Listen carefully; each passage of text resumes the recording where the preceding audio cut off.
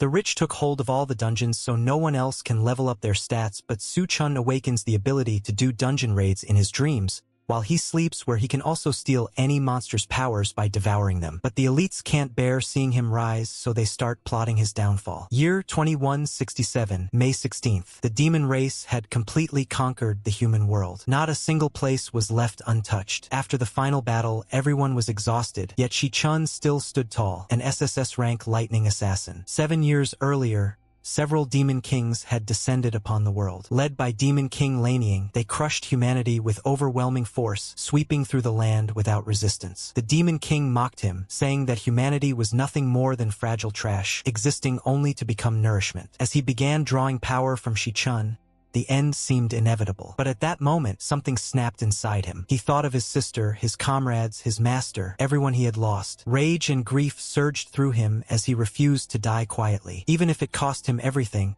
he swore to drag the Demon King down with him. With that resolve, he activated his ultimate skill, SSS rank, Terminus Arc. Blinding light erupted, swallowing everything in its path. Even the Demon King was caught off guard, frozen in place as the energy surged out of control. As the light consumed them, Shi-chun's thoughts drifted to the people he loved. He felt regret that he hadn't been strong enough, that he hadn't changed anything sooner. If only he could go back. If only he had discovered the demon lair earlier. If only he had stopped the first Demon King from ever appearing. Then none of this would have happened. Suddenly, his vision went dark. When he opened his eyes again, he found himself lying in a hospital bed. Confused, he looked around. The room was clean and quiet. People were walking around casually, chatting like nothing had ever happened. No panic, no destruction. For a moment, he couldn't understand what he was seeing. Wasn't the world already destroyed? Where did all these people come from? Took him a while to process it, but eventually the truth settled in. He had returned to the past. Back to May 16th, 2157, 3 years before the demon invasion ever began. And only then did he realize he had been given a second chance. He realized he had returned 10 years into the past, back to his university days. The thought stunned him. Then, a notification appeared in front of his eyes, confirming it. Power of gluttony integration completed. So it was real. He had truly gone back to the time before everything fell apart. May 16th, 2157. 3 years before the demon invasion began. 3 years before the first demon king, Wrath, descended upon the world. The very demon who opened the gates of hell and allowed the others to flood in, bringing total destruction with them. That single event was the beginning of the end, the reason he lost everything. But now he was back. If he could stop Wrath before that moment, the gates would never open. The world wouldn't fall. Everything could change. A faint sense of excitement stirred in his chest. The power of gluttony had already finished integrating. Only then did he notice something strange. A translucent interface floating in front of his eyes. It had been there ever since he woke up. He focused on it, curiosity growing. What is this? It looked like some kind of game status screen. Are these my attributes? He had never seen anything like this before. In his past life, he had relied purely on his awakened abilities. Only 1 in 10,000 people could awaken, and he had been one of the unlucky ones. Despite studying at National Awakener University, he had failed to awaken throughout all 4 years. He had been stuck at the very bottom of the hierarchy. Anyone could push him around. No wonder he had woken up in the infirmary. As he looked around, he noticed a card floating within the interface. Class, Lightning Assassin. The description followed. Lightning God infuses the body with electricity. Movement speed greatly increased. Lightning blade condenses electrical energy into a weapon. Attacks deal critical damage and can paralyze targets. Reading it, Shi-chun felt something stir inside him. He focused his thoughts. A system prompt appeared, switching class. The moment the process completed, a faint snap echoed in the air. Just then, someone pushed the door open. It was Ma Long. "Hey, you're awake," he said in surprise. "Are you feeling okay now?" Shi-chun replied calmly that he was fine, while thinking to himself that, just as expected, no one else could see the interface. Ma Long walked closer, looking him up and down in disbelief. "Wait, your injuries are gone? You were beaten half to death yesterday. You're recovering even faster than an awakener." Shi-chun glanced at him quietly. So this is Ma Long. In his previous life, Ma Long had awakened, but only barely. He had remained at the bottom and ended up dying on the 3rd day after the Demon King's descent. Still,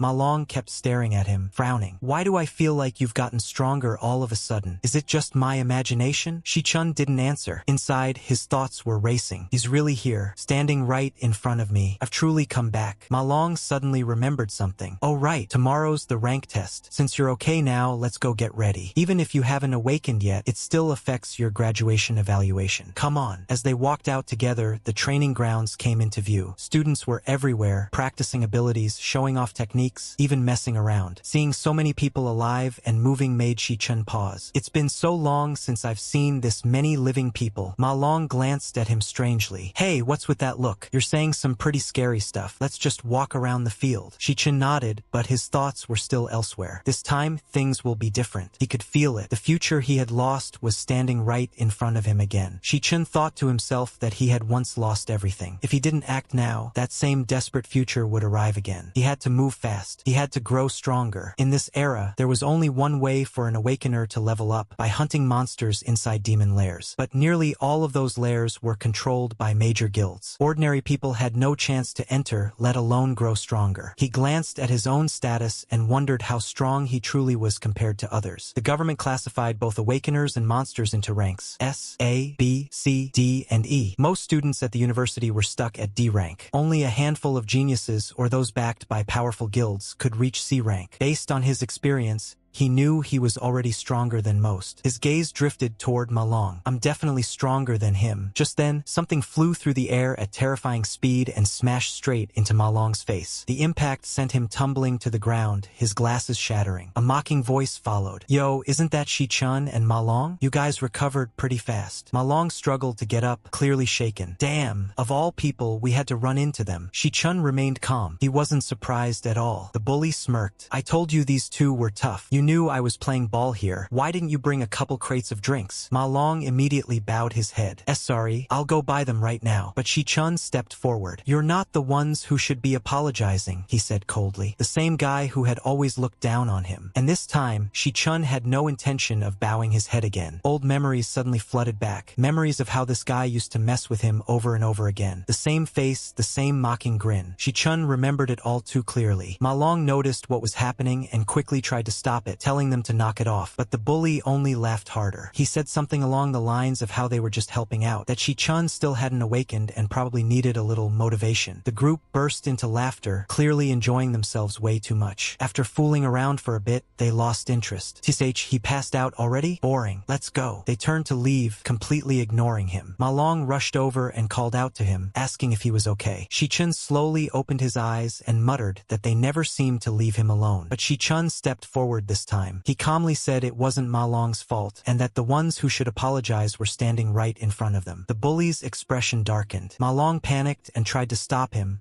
but it was too late. The guy, Gong Zheng, started gathering energy in his fist, his expression turning vicious. The people behind him also tensed up, ready to jump in. Shi-chun watched him quietly. He knew this type well, someone who only dared to bully the weak because his older brother was the student council president. On his own, he wasn't anything special. Someone nearby whispered that Gong Zheng was about to beat them again. Others laughed, saying one of them was useless and the other hadn't even awakened. Gong Zheng stepped closer and sneered, asking what Shi-chun had just said. Shi-chun met his eyes calmly and told him not to bother them anymore. That was enough. Gong Zheng clenched his fist, anger flashing across his face, and said he'd teach him another lesson. And this time, Shi-chun didn't back down. Before Gong Zheng could even finish pulling his fist back, Shi-chun moved. A sharp impact echoed through the air as Shi's punch landed squarely on him, sending him stumbling backward. Everyone froze. From a distance, some of the girls stared in shock, whispering to each other. They couldn't believe what they had just seen. Shi-chun had actually blocked Gong Zheng's attack. Gong staggered, clearly stunned. What just happened? He quickly regained himself, rage flashing across his face. You damn non-awakened trash. You actually dare to hit me? Shi-chun calmly looked at him and replied that this was a good chance to test something. At that moment, energy surged through his body. Electricity crackled across his skin as his class activated. His presence completely changed. Ma Long's eyes widened. When did you awaken? Lightning wrapped around Shi-chun's arms, humming with power. The surrounding students could feel the pressure. Gong snarled and activated his own ability. You think this little trick scares me? I'll show you what real strength looks like. He charged forward, aura flaring. But Shi-chun moved faster. In the blink of an eye, he struck again. The impact sent Gong flying backward, crashing heavily into the ground. Gasps echoed from all around. What just happened? He sent Gong flying with one punch. Is that really Shi-chun? Even Ma Long stood frozen in shock. Gong struggled to get up, his face twisted with rage and disbelief. You bastard! You dare sneak attack me? He staggered to his feet, shouting for his lackeys to help, but none of them moved. They were all staring at Shi-chun, frozen in fear. Lightning flickered around Shi-chun's body as he stepped forward calmly. You're too weak, he said flatly. With another swift strike, he sent Gong crashing down again, harder than before. The courtyard fell silent. Everyone watching understood one thing clearly now. Shi-chun was no longer someone they could look down on. The bully lay on the ground, barely moving. It didn't look like he'd be getting up anytime soon. That hit had done real damage. This time, he was definitely heading straight to the infirmary. The surrounding students panicked and scattered in every direction. Ma Long stared at the scene in disbelief. Shi-chun, when did you get this strong? Shi-chun didn't answer right away. Instead, he checked his status calmly, his thoughts racing. So this confirms a few things, he thought. First, I can still freely switch into my lightning assassin state. Second, even though my system level is only level 1, my actual combat strength is already far above ordinary awakeners. That meant he was at least above E rank, maybe higher. Exactly how high, he still wasn't sure. But one thing bothered him. I clearly defeated him, so why didn't my stats increase? That question lingered in his mind. Then a thought struck him. Could it be that the condition for gaining experience is different now? He slowly raised his hand, electricity crackling around his fingers, as he formed a condensed bolt of lightning. The air around him buzzed with danger. The onlookers gasped. Some covered their eyes, while others peeked through their fingers, too scared to look away completely. Ma Long panicked. Hey, Shi-chun, what are you doing? Gong, lying on the ground, finally realized what was happening. His eyes widened in terror as the lightning hovered inches from his face. Shi-chun stared down at him, deep in thought. Is this how it works now? Do I really need to go this far just to gain experience? The crackling energy reflected in his eyes as he hesitated, torn between curiosity and restraint. Shi-chun grabbed Gong Zhang by the collar, but before he could do anything else, a voice cut in sharply. Enough, this is a school. A woman stepped forward. It was Ling Yu, the vice president of the student council. She always liked acting like a teacher, probably because it made her feel important. If it weren't for moments like this, no one would even bother paying attention to her. When the bullying was happening earlier, she hadn't shown up once. But now that Gong Zhang was the one in trouble, she suddenly appeared, acting righteous. She looked at Shi-chun and said calmly, even if he was in the wrong first, this much is enough. You shouldn't go any further. Then she turned to Gong Zhang with a smile that didn't quite reach her eyes and said something along the lines of, don't worry, he won't dare touch you again. Shi-chun loosened his grip and tossed Gong aside. Inside, he felt a cold smile form. So the student council really does protect their own. He hadn't even planned on going that far, but people like this never learned unless they were scared properly. The surrounding students, who had been hiding earlier, finally dared to breathe again. Seeing the look on Gong Zheng's face, they silently agreed on one thing. This guy was terrifying. Better not mess with him again. Ma Long walked up to Shi-chun, still a bit shaken. Not long after, the student council members left. That night, in the dormitory, Ma Long couldn't stop talking. He excitedly told everyone how Shi-chun had crushed Gong Zhang, how he'd completely dominated him, how even the bullies didn't dare look his way afterward. Xiangzhua, an E-rank nucleus mage, laughed it off. Come on, if he's really that strong, why is he still training like the rest of us? Does a real powerhouse even need to do basic exercises? Ma Long tried to argue, but he couldn't find the words. Xiangzhua scoffed. Face it, the four of us are at the very bottom of the rankings. I'm already the strongest among us, and I'm only E rank. You really think someone like Shi-chun is a lightning assassin? Don't make me laugh. He crossed his arms smugly. People only get one awakening in their life. That's a fact. He's just a support type at best. Ma Long fell silent. Deep down, though, he wasn't so sure anymore, because what he had seen earlier didn't feel fake at all. On the other hand, Shi-chun could clearly feel himself getting stronger. At this rate,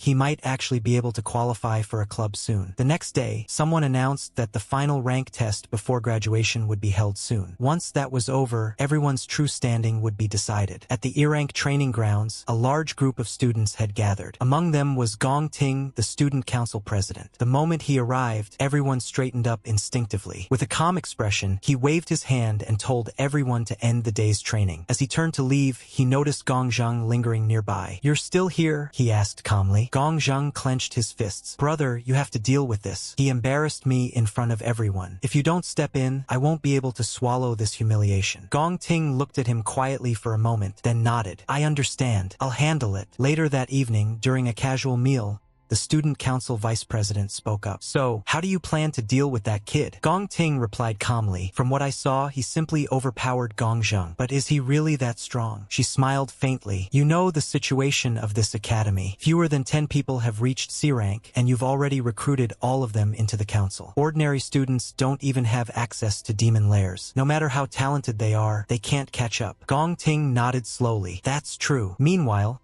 under the pouring rain, Shi-chun was running alone. Weighted gear pressed down on his body, over 100 kilograms, as he ran lap after lap without stopping. Basic training strengthens the body, he thought, and the stronger the body, the more power it can withstand. He knew this better than anyone. In his previous life, he had learned the hard way that an awakener's limit was directly tied to their physical endurance. As rain soaked through his clothes, his mind drifted to the future. In the year 2160, the Demon King Wrath would descend. That single event would begin the collapse of the world. Cities would fall. Countless people would die. His sister, too. Wrath was the one who opened the gates of hell and allowed the other demon kings to enter the world. So my first goal is clear, Shi-chun thought. I must kill Wrath. He had 3 years. 3 years to surpass him. His phone suddenly vibrated. He stopped running and glanced at the screen. It was a call from Xiaoyun. He hesitated for a moment, then answered. Hello. A voice suddenly came through the phone. His sister was calling. She sounded cheerful, saying she had been busy at a competition and only just got home after her phone died. She mentioned that if she won this time, their rent problem would finally be solved. Hearing her voice made Shi-chen's chest tighten. In his past life,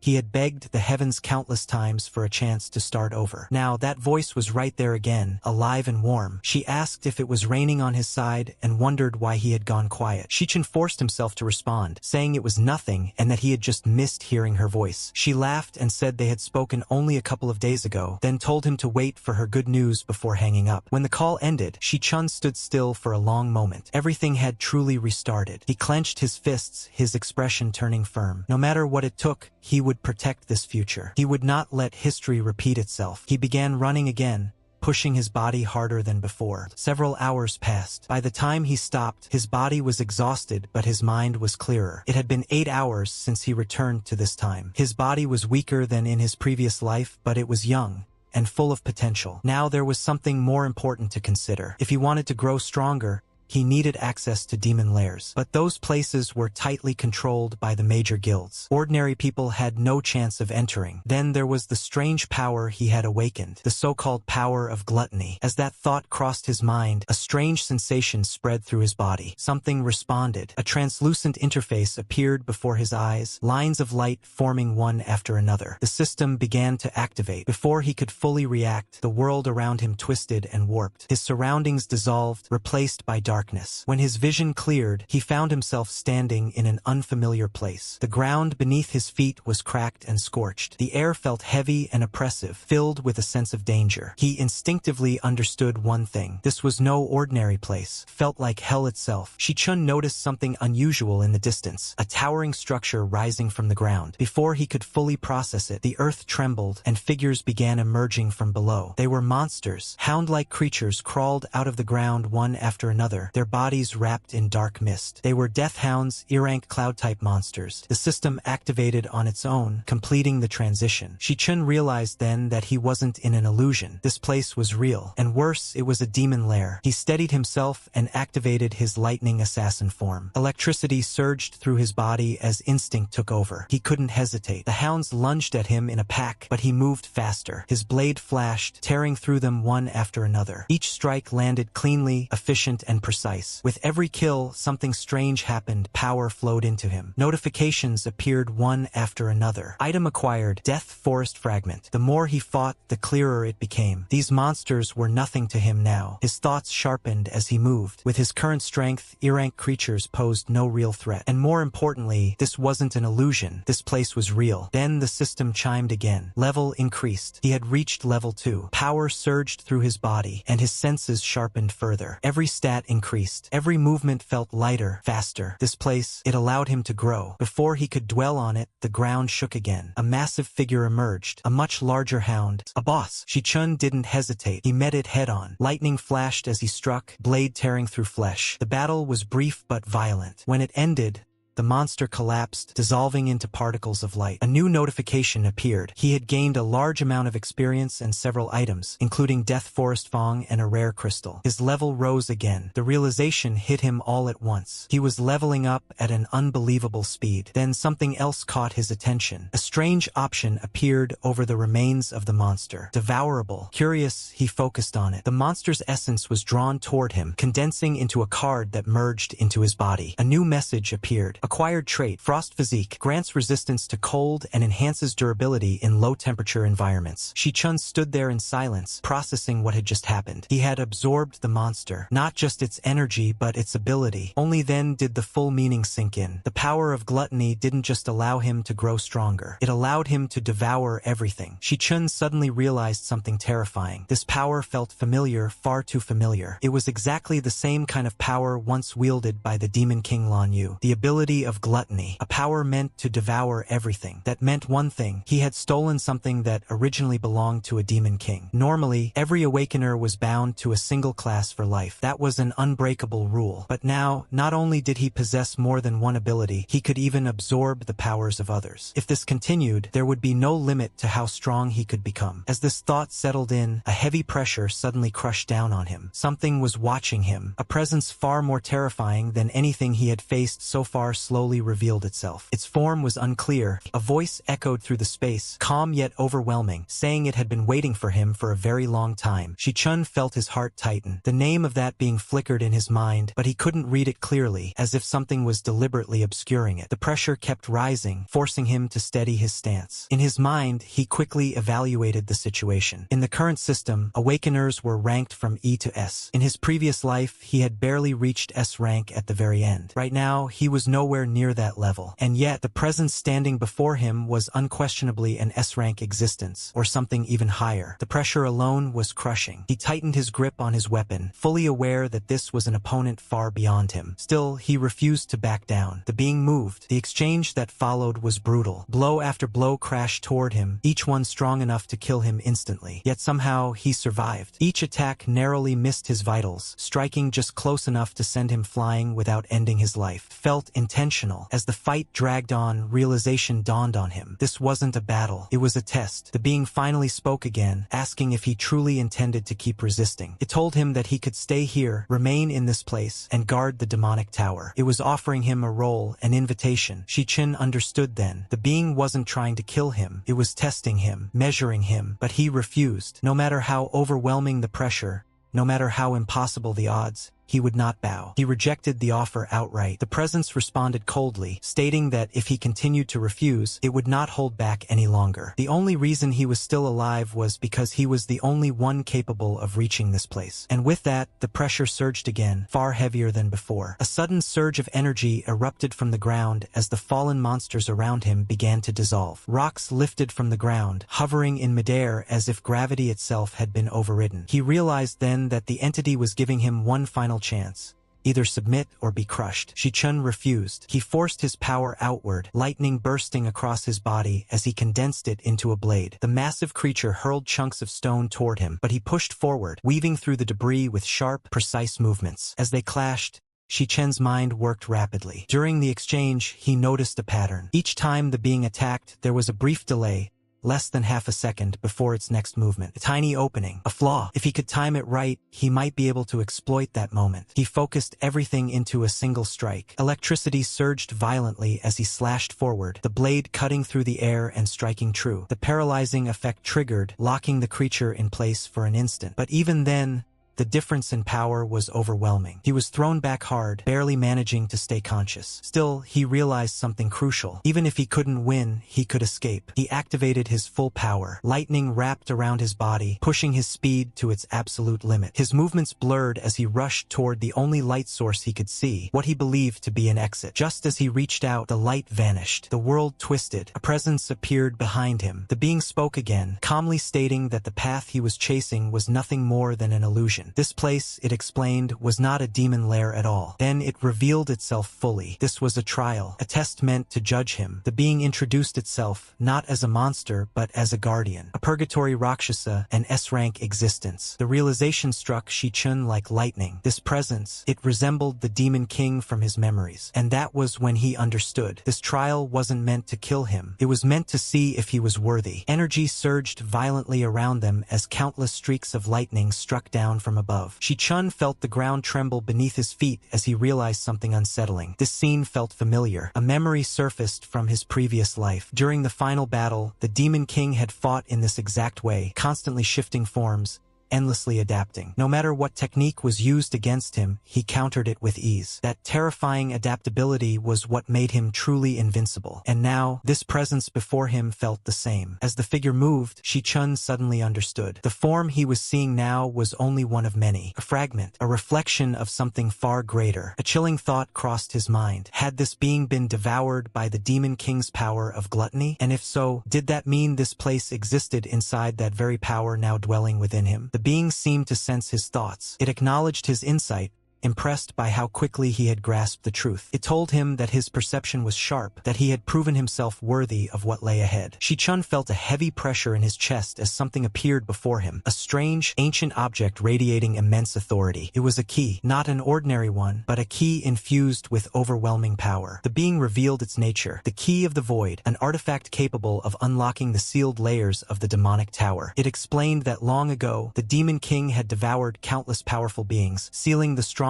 among them within this tower. Those entities now waited in slumber, sealed behind countless barriers. The key floated toward Shi-chun, placing itself into his grasp. The being explained that it had waited a long time for someone like him. Among all beings, only Shi-chun had both the will and the compatibility to inherit this power. The Demon King had slaughtered its kind, and it had waited endlessly for a chance at revenge. Now that chance had arrived. It told him that the path ahead would be brutal. The creatures sealed within the tower were far more terrifying than anything he had faced so far. Each one was a monster in its own right, and none would show mercy. But if he chose to walk this path, he would gain the strength to stand above all others. Shi-chun tightened his grip around the key. He didn't hesitate. This was the path he had chosen, the only path that could lead him to change everything, telling him that only someone willing to endure everything could stand at the very top. Only someone capable of conquering all demons and devouring them could inherit that power. The being's form began to dissolve, turning into pure energy that surged straight toward Shi-chun. The moment it entered his body, a violent wave of power exploded inside him. A system notification appeared. Devouring complete. Level increased. His body trembled as energy surged through every vein. He could feel his strength climbing rapidly, far beyond what it had been moments ago. The power didn't stop there. Another notification followed. Acquired Rakshas's underworld boon. A new ability took shape in his mind. He instinctively understood it, an ability that allowed him to absorb strength from fallen enemies, turning their power into his own. Along with it came another technique, one that manipulated gravitational force to crush enemies from all directions. The sensation was overwhelming. He clenched his fist, feeling the terrifying density of power within his body. Then everything went dark. When he opened his eyes again, sunlight streamed in through the window. He was lying in his dorm bed. A familiar voice called out, telling everyone to wake up and get ready. Another voice complained that they were going to be late and needed to hurry. He checked himself instinctively. No wounds, no exhaustion. For a moment, he wondered if everything had been nothing more than a dream. Then his vision flickered. A system window appeared, displaying the card he had just obtained. Rakshasa, Star Warrior class. Reality settled in. Everything had been real. Not only had he survived, he had grown stronger. He had leveled up by a massive amount. His roommate shouted for him again, jokingly asking if he planned to sleep through the day. Someone else teased him, saying they'd heard he was becoming some kind of big shot overnight. Then the upcoming rank test would reveal the truth. They joked that he was still just an E rank, and that even if he improved, the gap between ranks was enormous. Shi-chun said nothing. Inside, he felt the truth settle in. This time, things would be different. As they continued walking, they noticed a large crowd gathered ahead. Someone muttered that the official ranking ceremony at National Awakener University was about to begin. Around them, familiar troublemakers were already causing problems, pushing people aside and barking insults like usual. One of Shi-chen's roommates noticed them and quietly warned the others that those were Gong Chen's lackeys, and that it would be best to avoid trouble. But the moment the group noticed Shi-chun, everything changed. Their expressions stiffened. Their arrogance vanished almost instantly. Instead of causing trouble, They froze, then hurried over and bowed slightly in panic, calling him by name and greeting him with forced respect. The sudden shift left the others stunned. The dorm leader stared in disbelief. He couldn't understand what was happening. Just yesterday, these guys wouldn't even look at them. Shi-chun didn't react. He simply walked past them, not sparing them a glance. Then a new voice cut through the crowd. Someone mocked him openly, questioning whether he really thought he could act important after one small incident. The speaker introduced himself as a member of the student council and made it clear he was close to Gong Ting. People around them whispered nervously. This person was known to be dangerous, one of the student council's top enforcers. The man sneered and claimed he could smell weakness from a mile away. Shi-chun glanced at him and casually asked if he was some kind of dog, since he kept barking about his sense of smell. The comment instantly set the other man off, but before he could take another step forward, a calm voice stopped him. It was his superior. The student council leader stepped in, telling him to stop. He said he had already looked into the situation and confirmed that Gong Chang had been the one in the wrongs. Hearing that, Jiang Tian immediately lowered his head and agreed, clearly unwilling to argue further. The leader's gaze shifted toward Shi-chun. For a brief moment, the two locked eyes. Shi-chun's expression remained calm, unreadable. Then the announcement echoed through the area, signaling the start of the ranking test. Everyone was instructed to gather and prepare. The student council leader gave a final order and turned away. As they walked off, he glanced back once more, quietly assessing Shi-chun. To him, the boy still didn't look particularly threatening. Not far away, another pair watched the scene unfold. One of them commented that the atmosphere seemed unusually tense today and asked if something interesting had happened. The other replied that this year's test might be more entertaining than expected. Soon, the announcement rang out again. The next candidate was called. Xiang's was stepped forward, greeted by cheers from his supporters. People shouted encouragement as he walked toward the testing area with confidence. Shi-chun observed calmly from the side. The test area was a sealed training space, an artificial demon lair designed to measure an awakener's combat ability. Inside it, a core device would record the energy released during battle and calculate the final ranking. Xiang's entered the chamber and activated his power without hesitation. Energy surged, the sensors flared, and the room vibrated slightly. Moments later, the result appeared. A rank, mid-tier. The evaluators recorded the result and announced it aloud. Ma Long leaned forward eagerly, excitement written all over his face. He muttered that this was the main event everyone had been waiting for. Shi-chun explained quietly that the test didn't just measure current strength. It also evaluated a person's potential,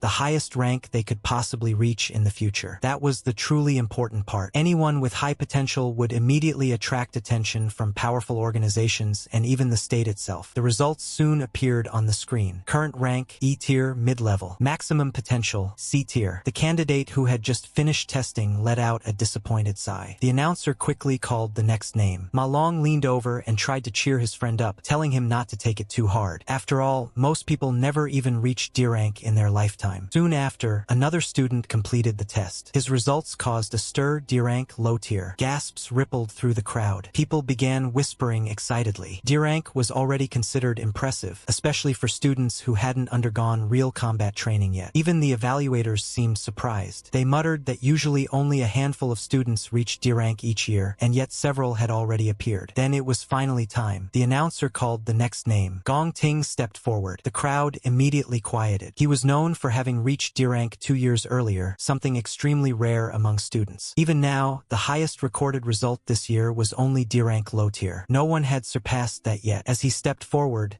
the testing device activated. The demon heart began to resonate faintly, reacting to his presence. He placed his hand against it, expression calm and confident. In his mind, he knew exactly what he was doing. He wasn't going all out. Revealing everything now would only draw unnecessary attention. Still, even holding back, he knew his strength would shock everyone. Then the results appeared. Grade, D tier. High. Potential, S rank. The moment the words appeared, the entire hall erupted. Gasps echoed everywhere. People shouted in disbelief. The student council members were stunned. Even they hadn't expected something on this level. Someone shouted that this was the first S rank potential in the school's history. Others started murmuring about how this person would soon become a major figure. The instructors exchanged glances. One of them confirmed that the results were accurate and would be reported immediately to higher authorities. Another commented that such such a talent would surely receive special attention from the state itself. From the sidelines, a figure watched silently. A man with sharp eyes and an imposing presence, one of the Academy's highest authorities. He had come specifically to observe this year's trials. He glanced toward another figure beside him and remarked that the emergence of such talent was rare. The person beside him replied calmly that this was not the one he had come to see. The principal raised an eyebrow, intrigued. The other person continued,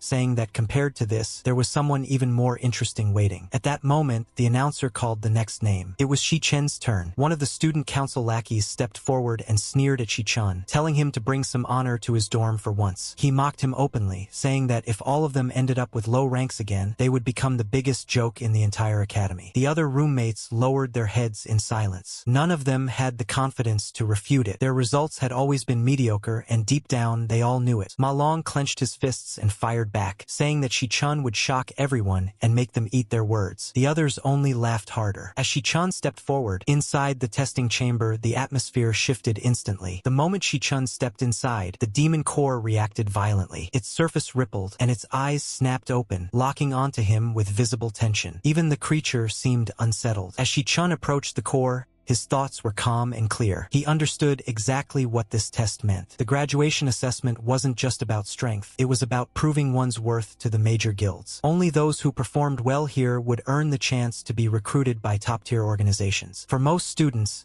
this was their one and only opportunity to change their fate. The strongest teams would be chosen, and the best among them would be taken by the Imperial Guild itself. Ma Long grew anxious as he watched the testing chamber. Time kept passing, yet there was no result. He muttered that something felt wrong. Normally the evaluation didn't take this long. Others nearby started whispering as well, wondering if Shi-chen's results were so bad that the system couldn't even process them. Some scoffed, saying that if nothing appeared, it probably meant his power was too low to register at all. A few laughed, already assuming the outcome. The student council's followers grew impatient. One of them mocked that the remaining candidates were clearly useless, and that there was no point waiting any longer. He suggested they leave and find somewhere else to relax. The group began preparing to leave, convinced the result was already decided. Then the screen suddenly flickered. The display updated. Rank D high tier. The entire area went silent. Ma Long froze, eyes wide. The others stared in disbelief. Someone shouted that it was impossible. Another voice shouted that the system had to be malfunctioning. Even the bullies looked stunned. Then the system updated again. Warning: abnormal data fluctuation detected. Recalibrating. The crowd held its breath. Shi-chen stood calmly inside the testing chamber, expression unchanged. He knew exactly what was happening. The result he'd just shown was only from his base physical state, without activating any additional power. As the system recalculated, he switched to another internal state, one he had just obtained. The readings spiked instantly. The display flashed violently before settling again. Rank C mid-tier. The room exploded into chaos. Gasps echoed everywhere. People shouted in disbelief. Even the evaluators were stunned, frantically checking their instruments. The system suddenly issued another warning. It detected instability within the demon core, signaling abnormal fluctuations in power. The entity inside began to panic. Its eye widened in fear, trembling as if it could sense something far beyond its control. All it wanted now was for this human to leave, to escape before it was completely destroyed. Shi-chen felt it clearly. He switched forms again. This time, he activated the power of his Purgatory Rakshasa state. The moment the transformation completed, a terrifying pressure exploded outward. The entire testing chamber shook violently. The atmosphere shifted instantly. Everyone watching felt their knees weaken. To them, it was as if a god had descended. The pressure alone made it hard to breathe. Some people collapsed to the ground. Others instinctively bowed, unable to resist the instinctual fear flooding their bodies. Then it glitched completely. The system could no longer process the data. The researchers stared in disbelief, panic written across their faces. One of them shouted that the machine couldn't handle this level of output. Another screamed that the readings had exceeded the maximum safe parameters. Even the most composed among them felt fear crawling up their spines. This wasn't just an S-rank talent. This was something that shouldn't exist. The demon core finally reached its limit. Its surface cracked violently before collapsing inward, the energy inside completely exhausted. It had burned itself out, overwhelmed by a force far beyond what it was ever meant to endure. Shi-chen stood there calmly, watching as the last remnants of power faded away. He understood what had happened. He had pushed too far, far beyond what the system was designed to handle. The demon core hadn't failed because of a flaw.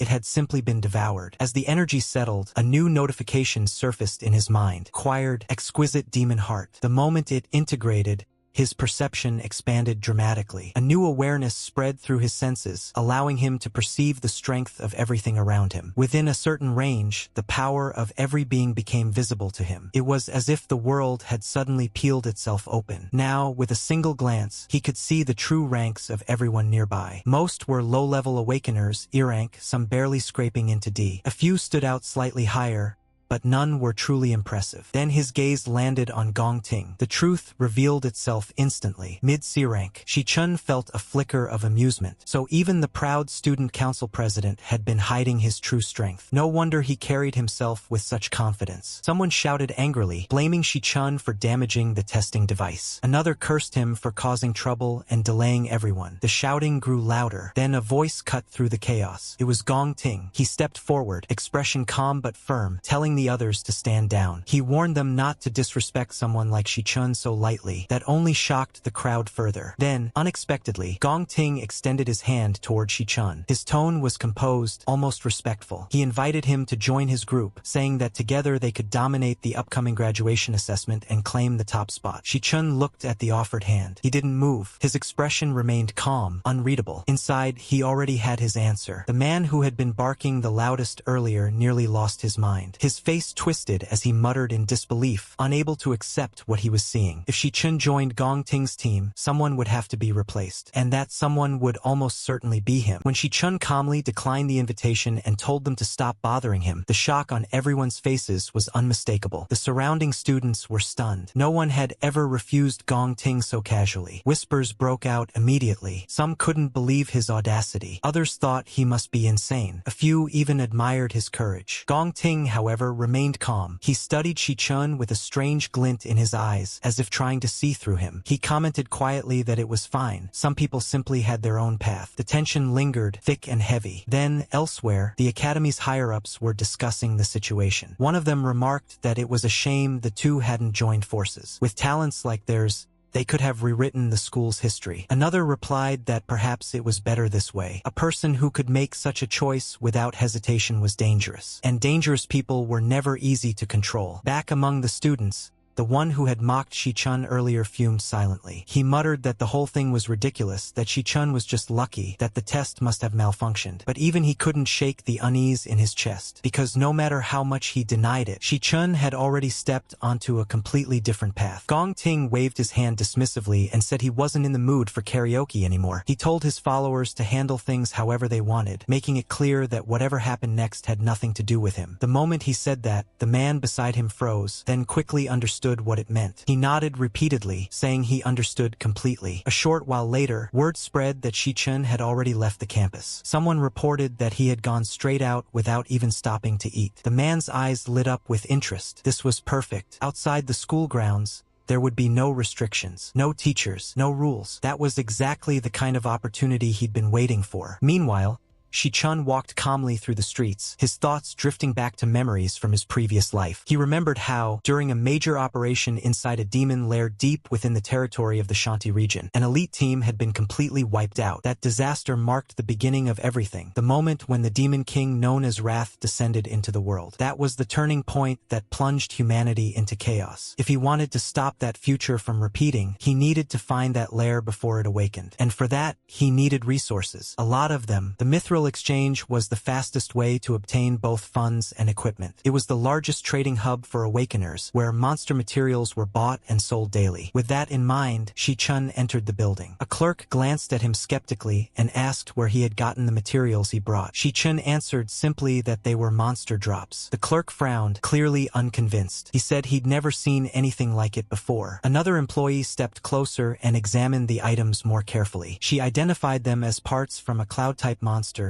specifically the fangs of a Fongson beast. According to records, such materials could be refined into E-rank weapons or processed into alchemical ingredients. The first clerk scoffed and brushed it off, saying that items of that grade weren't rare enough to impress anyone here. He added that their exchange dealt mainly in D-rank and above, and that low-tier materials like this weren't worth much attention. Despite that, Shi-chun remained calm. He had already expected this reaction. What he truly cared about wasn't recognition. It was laying the groundwork for what would come next. The clerk, annoyed, he decided to push the trouble onto someone else and called over a junior staff member, telling her to handle the transaction instead. The young woman quickly stepped forward, bowed politely, and began processing the items. She carefully counted the materials and handed over the payment. It was a respectable sum, more than enough to cover basic expenses for a while. Shi-chun accepted the money calmly. Then, without another word, he brought out something else. The moment the item was revealed, the woman froze. Her eyes widened as she stared at it, stunned. She murmured that she had never seen anything like it before. Judging from its aura alone, it was far beyond common equipment, possibly even B-rank, maybe higher. Her reaction caught the attention of the others nearby. The clerk who had dismissed Shi-chun earlier walked back over, scoffing. He claimed that there was no way such a valuable item could come from someone like him. According to him, true high-grade equipment, especially A-rank, was something he had never seen in all his years working there. Another employee stepped forward to examine it more closely. His expression slowly changed. Then he went quiet. Finally, he spoke, his voice tight with disbelief. He said that this wasn't just high-grade equipment.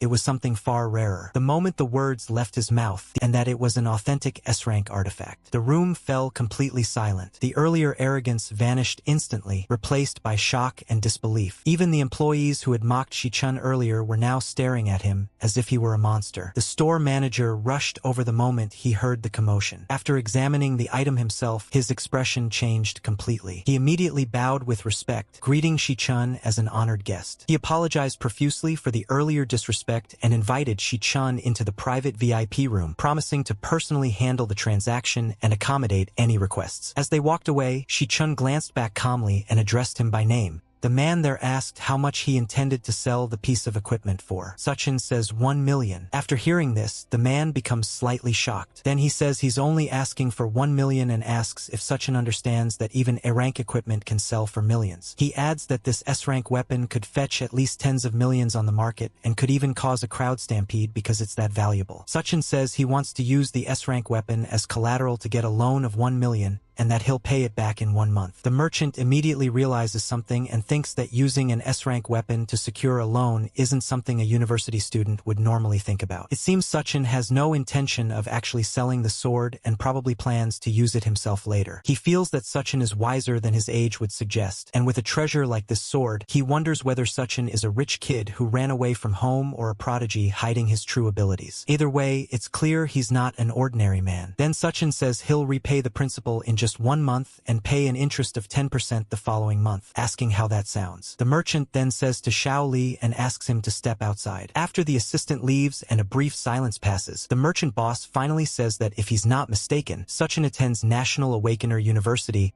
and that the seniors there are about to graduate. He says that, to his knowledge, the university holds an annual graduation examination, which this year is scheduled to take place exactly 1 month from now. He adds that the prize money for first place is exactly 1 million, which perfectly lines up with Sachin's proposed loan repayment amount and date. He then says that if he had to guess, Sachin is confident he'll take first place in the examination. Sachin doesn't say anything. He just stares seriously and remains silent. The merchant continues, saying that Sachin could have waited 1 month to collect the prize money, yet here he is urgently offering such a rare item as collateral for a loan. This indicates that he's in desperate need of the money, and he wouldn't choose such a risky option unless it was a last resort. He then says that if that's the case, he can loan Sachin 1.5 million in cash on the spot with 0 interest for 1 month. Then he puts his hand forward and says to consider this the start of a friendship between them. Shuchen isn't expecting this and is quite surprised. He keeps looking silently as the merchant winks and further says that he can rest assured everything discussed today will be kept strictly confidential. He adds that if Shuchen has any trading needs in the future, he should consider their exchange facility as his first option, and he'll make sure to give him the best deal,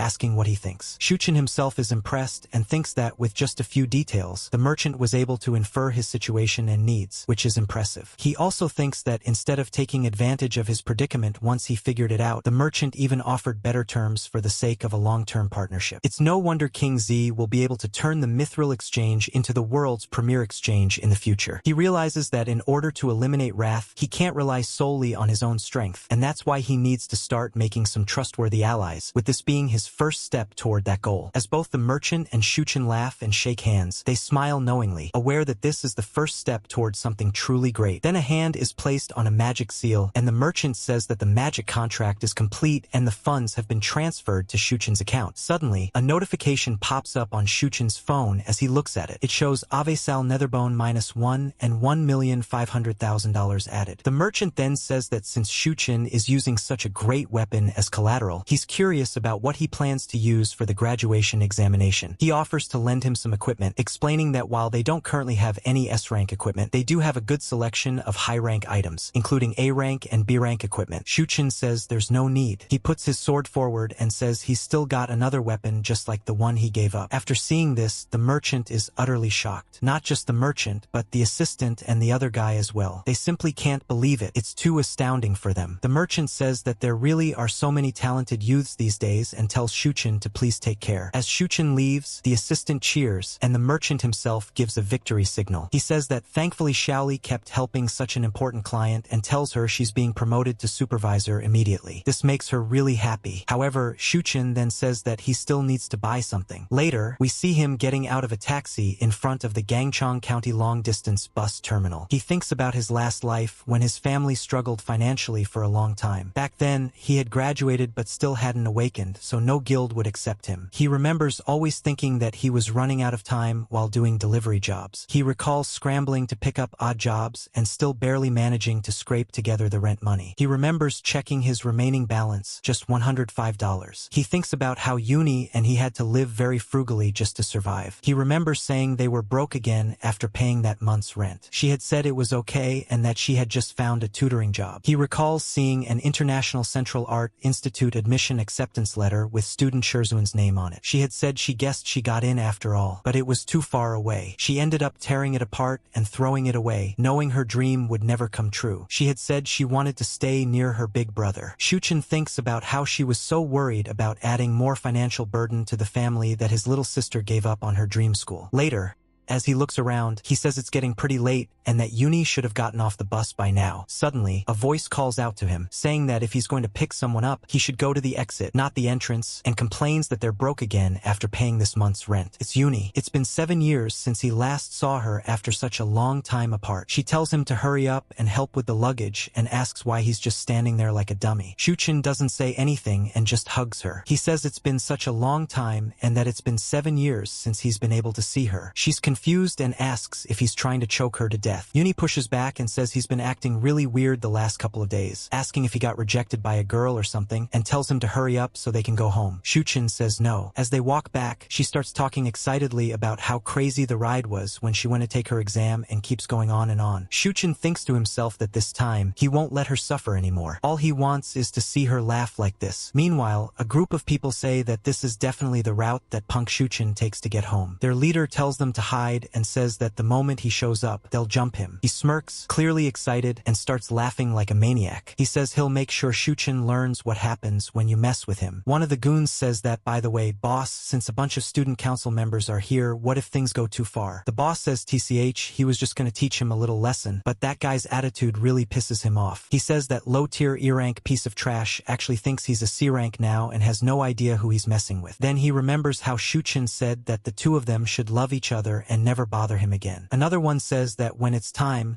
they better leave him a piece because he's going to destroy Shuchen. Someone else says that Shuchen won't be able to take the graduation exam in 2 weeks once he's done with him. The boss then says that he's one of the best cloud-type assassins in the entire school and tells Shuchen to just wait until he's done with him, calling him a poser piece of trash. He's Chong D, a rank D cloud assassin. Meanwhile, as Shuchen and his sister Uni are walking together, she says that he's been acting pretty weird the last couple of days and asks if he's stressed about the graduation exam. She says that a simpleton like him doesn't normally get caught up in his emotions. She tells him that no matter what happens, he has to pull himself together, reminding him that he's always the one who told her that life is a long journey and chances will come sooner or later. She even starts humming a song about believing in yourself and just keeps talking. Shuchin quietly watches her and enjoys the moment, thinking that Yuni is really perceptive and noticed something was different about him the moment they met. He thinks that she still doesn't know he has awakened, so she probably believes they're still strapped for cash. He then says that he promises he's okay. Yuni, however, thinks that he's still trying to deny it and wonders if it's because of his male pride. She thinks that men start forming emotional walls as they get older and jokes to herself that the book she read was right after all, and that it looks like her big brother is getting old. While she's thinking all this, Shuchin is completely confused about what she means. At the same time,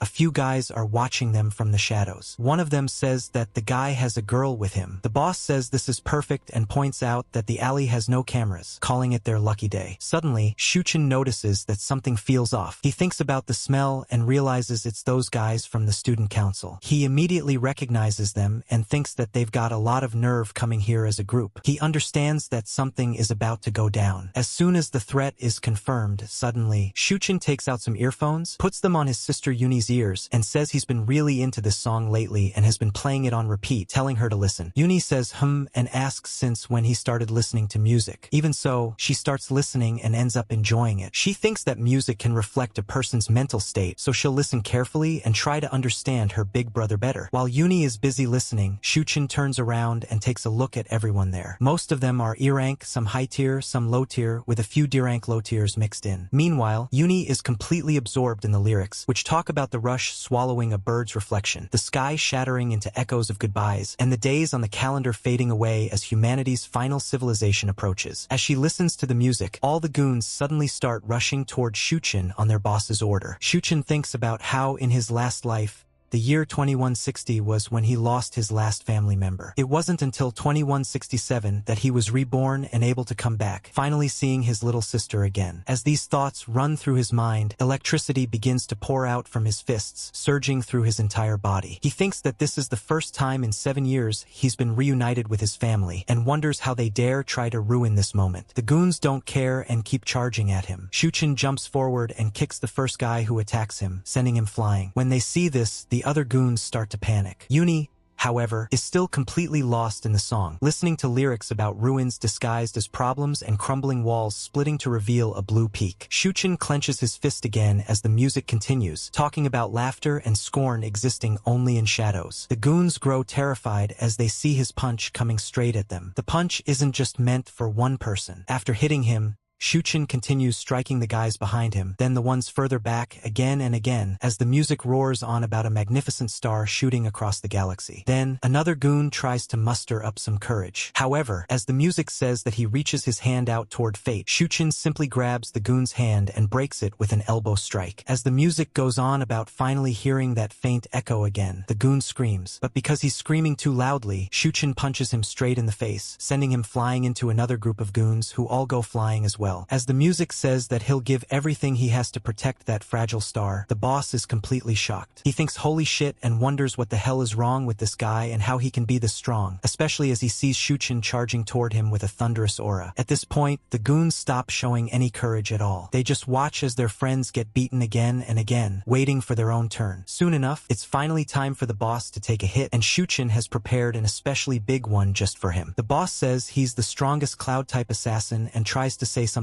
else, finally forcing himself to show some courage. It's honestly questionable why he didn't show this courage earlier when his goons were getting beaten up. If he had attacked together with them, there might have been a much better chance of winning. Still, at least he's trying now. He screams and curses, saying Shuchin really thinks he can't beat him, but he can't beat Shuchin at all. Instead, Shuchin punches him straight in the face, sending both the knife he was about to attack with and the boss himself flying away. Shuchin doesn't stop there. He moves behind him and delivers another massive blow, sending him flying once again and breaking his teeth in the process. The boss crashes into a wall and collapses inside it. When he opens his eyes, all he sees is a demon standing in front of him. The guy he came here to beat is the very one who defeated him instead. Shuchin says that he clearly told him to never bother him again, but he didn't understand. He then asks him which part of that he didn't understand, his expression extremely serious. The boss thinks that his ribs are all broken and both of his legs are numb. He realizes that the rank assessment was real and that Sichan really isn't a D rank. With the little strength he has left, he just says sorry. However, Shuchen grabs him, presses his own knife against him, and says to shut up, warning that if he makes a sound, he'll kill him. The boss is absolutely terrified. He can clearly tell from Shuchen's eyes and thinks they aren't lying, that Shuchen really will take him down. He wonders how someone who's clearly just a student can have such terrifying killing intent and what he must have been through. Shuchen says he better remember every single word he's about to say. He says he doesn't care if all of them rot, but they better never bother him again. He adds that if they ever try to harm his sister, no, if they even appear in front of her, then one by one, without a second thought, he'll make each of them disappear permanently, asking if they understand. Seeing how serious he is, the boss hurriedly nods and says yes, he understands. Shuchen then throws the knife away and leaves the goon lying on the ground. As the song continues, it talks about migrating birds returning and the sky going back to its usual cloudy and sunny cycle. Uni suddenly feels a sense of loneliness. As the song goes on, calendars are no longer modeled, and beneath the dawn, shadows are nowhere to be seen. She wonders why the song makes her want to cry as tears start falling from her eyes. She thinks that it's only been a few days since they reunited, yet her brother is acting like he's been through so much. She wonders how he can be this lonely and thinks that she's always been by his side. She then turns and says that he's taking this joke a little too far. But as she turns around, Shuchen opens a box, revealing that he has something for her. He says he got this for her and that it's a nice, shiny pen. She's shocked and says it's a magic holographic pen, the latest style from Draco, and that it costs over 10 grand. She asks where he got the money for it. Shuchen just laughs. Inside, he thinks about how in his last life he failed to protect her. Uni hesitates and says maybe they should return it because it's way too expensive and that she doesn't like it that much. Shuchen,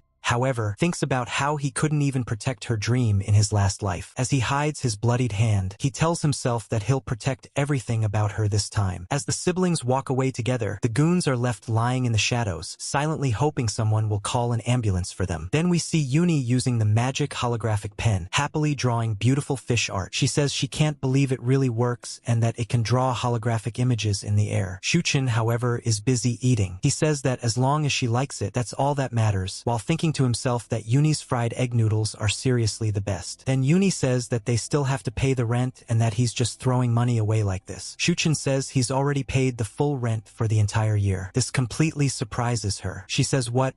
And Shuchen explains that he started a small business with a friend and they made some money, so it worked out. However, the way he says all this and starts laughing feels really weird to Uni. She thinks that her brother really sucks at lying and that he's acting way too suspicious. She thinks that he's clearly keeping secrets from her now. Still, she also thinks that it's been ages since she's seen such a genuinely happy smile on his face, and that alone makes her happy too. So she moves closer to him and says that no matter what happens, he just needs to make sure he doesn't push himself too hard. Uni showing this kind of care really moves Shuchen, and he simply responds with a quiet acknowledgement. Later, elsewhere, someone reports while looking at medical data that the injured person has suffered severe injuries, with over 60% of his body fractured, and that even the top doctors wouldn't be able to heal him in just 1 month. Another person says they can't believe he actually picked a fight with Shuchen, and that being beaten to this state is unbelievable. A woman there says it looks like he'll have to miss the graduation exam. A man responds that it doesn't matter and that his team will be better off without any dead weight. Then another figure arrives. He is Gong Xian,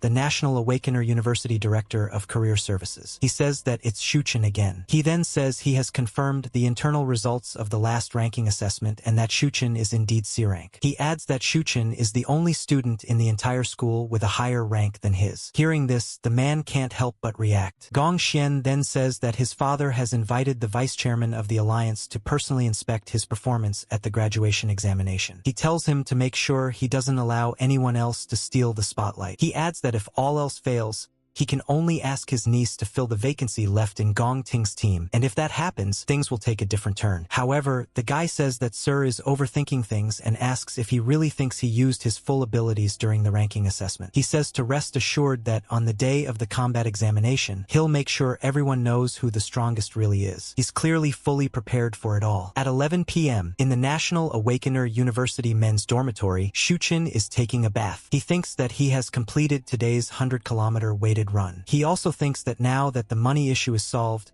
everything else is going smoothly and that he should be able to start his meal plan after graduation. He thinks about the next step, securing the 1 million yuan prize money at the graduation examination so he can pay back his loan to King Z. He reminds himself that he has to honor his agreement with King Z, since there will be many things he'll need from him in the future. With less than a month left until the examination, he knows he needs to level up a few more times. After that, he closes his eyes and tries to sleep because that's exactly where he does all his leveling. Suddenly, the system begins initializing. Once the loading finishes, the status shows that initialization is complete and that the glutton system has been initiated. He finds himself standing in front of a massive tower. He thinks about how the last assessment results showed that his weakest class, Gravehound King, is C rank. He also recalls that the official rank of his strongest class, Abyssal Fiend, wouldn't display. When the system tried to show it, it returned a message saying that the potential rank value couldn't be determined because the maximum system bounds were exceeded. Shuchen then thinks that even though Abyssal Fiend is an S-rank class, he currently can't use it to its full potential and isn't sure how much more power the class still holds. Because of that, the exact ranks of his remaining 2 classes are still unknown. He then takes out the Time Rift Key, an SSS rank item and the only key capable of unlocking the gates of the Tower of Darkness. As he uses the key, he thinks that he'll put it to the test today. When the key activates, the gate slowly opens. Shuchen starts walking forward, wondering what lies inside the Tower of Darkness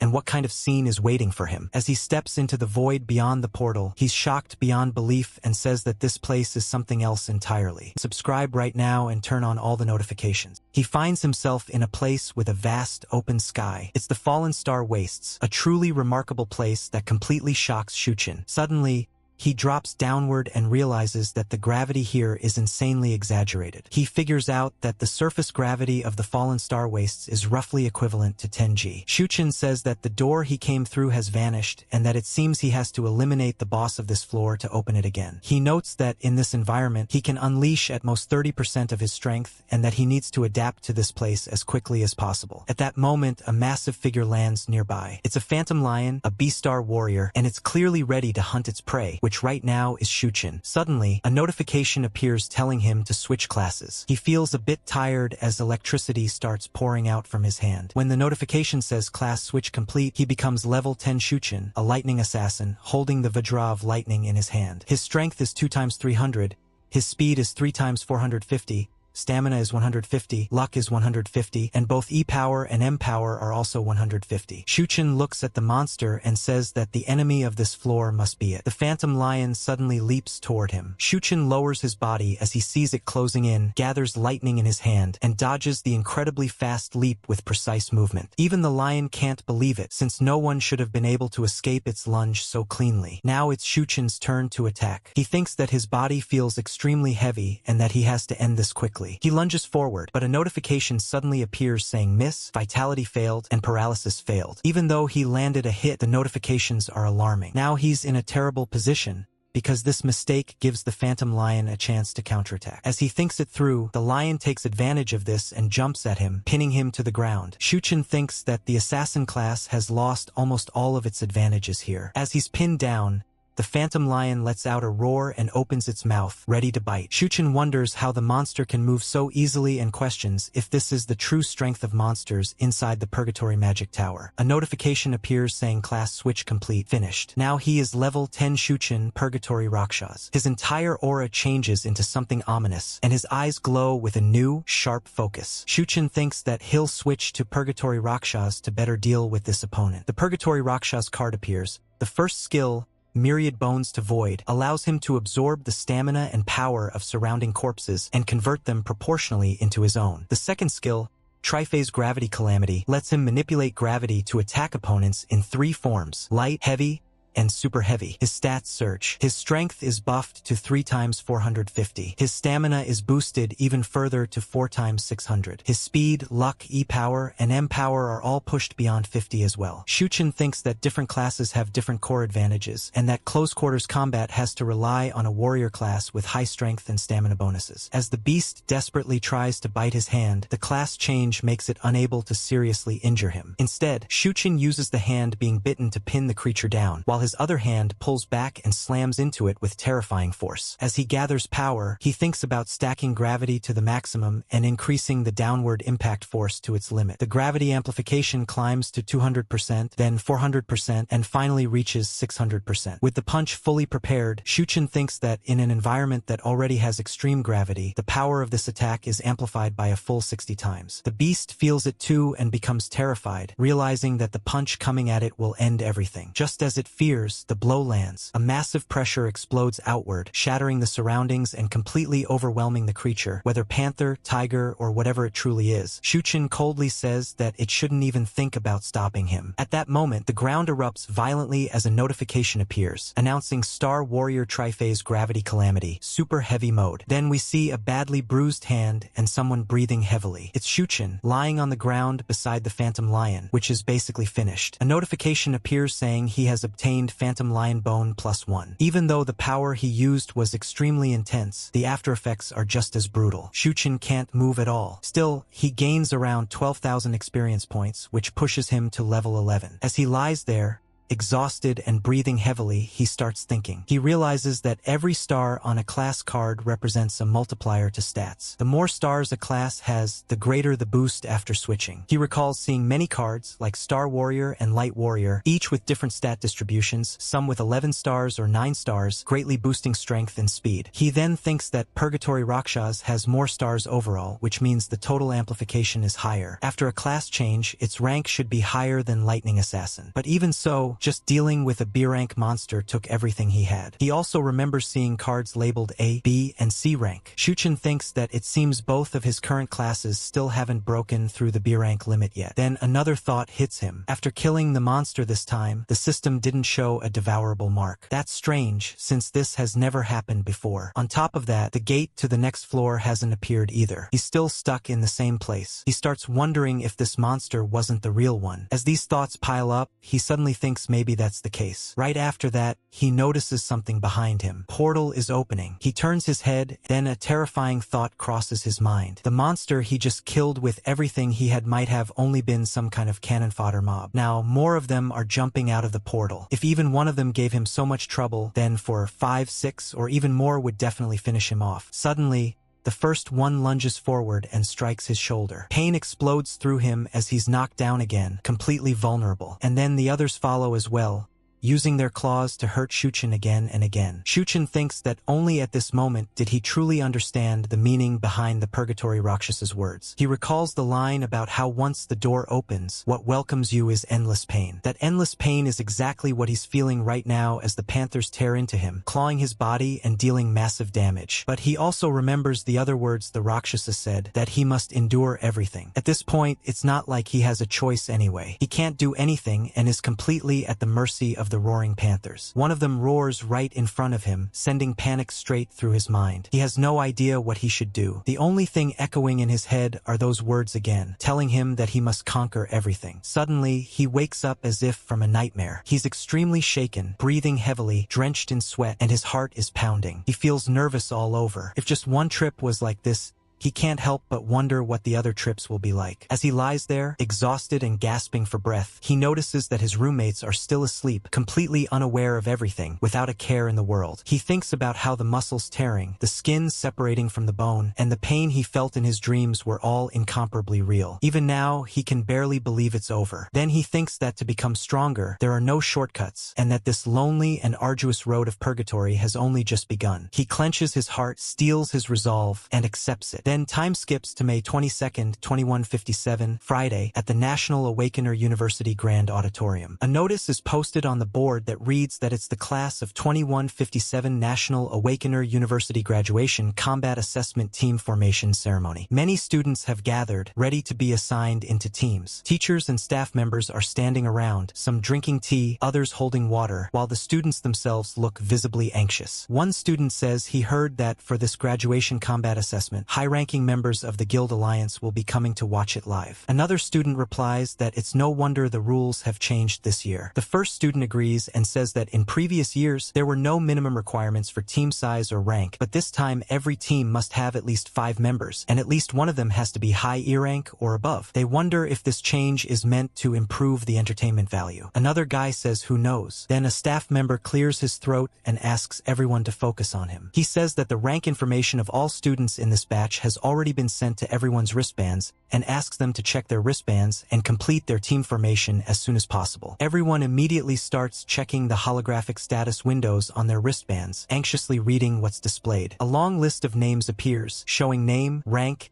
and team status. Gong Ting is listed as D-rank high tier, Zhang Di as D-rank low tier, and many other names follow with their respective ranks and tiers. Suddenly, someone says that something feels wrong. They notice that Shuchen is listed as low E-rank. One guy asks how Shuchen can possibly be only low E-rank. Shuchen himself is stunned, and his roommates are equally confused. He's left speechless as another student says that Shuchen previously tested as C-rank and asks how it suddenly dropped to low E-rank. Another person sighs and says that the demon heart really must have been broken back then. He adds that he was planning to team up with Shuchen after failing to get into President Gong Ting's team, but he didn't expect Shuchen to be just a low E rank. Shuchen silently listens as the comments keep piling up. Someone says that now no one will want to team up with him for sure. Another adds that the graduation assessment is extremely important and that no one would want to carry low-level deadweights. Amid the chatter, someone else says that Shuchen had refused Gong Ting's invitation before and must be regretting it to death now. Many of them seem pleased by this. Gong Ting himself, however,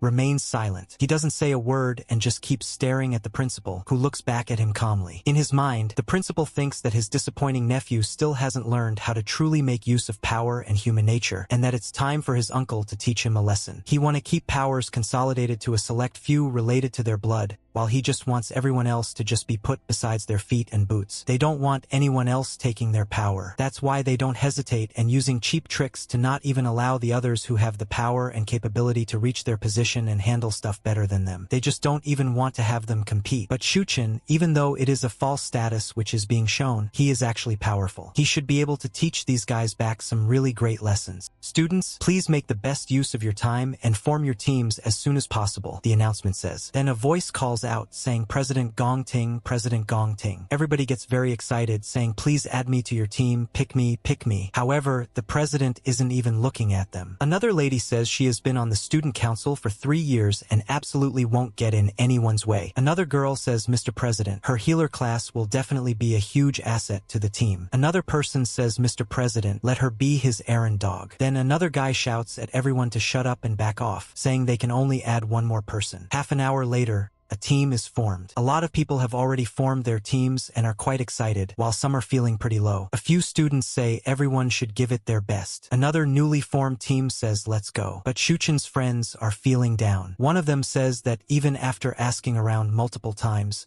no one wants to join them. Another says that right now they only have 4 people and at this rate they won't even be able to take the graduation exam. Another friend says it's really weird and wonders why Shuchen's rank is last place. Someone else repeats that it's really strange that Shuchen's rank is last. Then another student says that registering a team requires 5 people, plus they need at least 1 high-tier E-rank team member. He says it feels like they are being purposefully targeted because they're all from the same dorm. Shuchen thinks to himself that the graduation battle examination is everyone's only chance to showcase their skills, and the only way to secure a promising career is by achieving a high team score. He also thinks that during the final exam, the number of mobs inside the monster dungeon is determined by the number of team members, so having more teammates doesn't necessarily make it easier to get a high score. Even if someone can't join a powerful team like Gong Ting's, no one wants low-rank team members. The 3 lowest E-rank students in the entire school are all from their dorm: Malong, E-rank low tier, Xiangyu, E-rank low tier, and Shuchen, E-rank low tier. At that moment,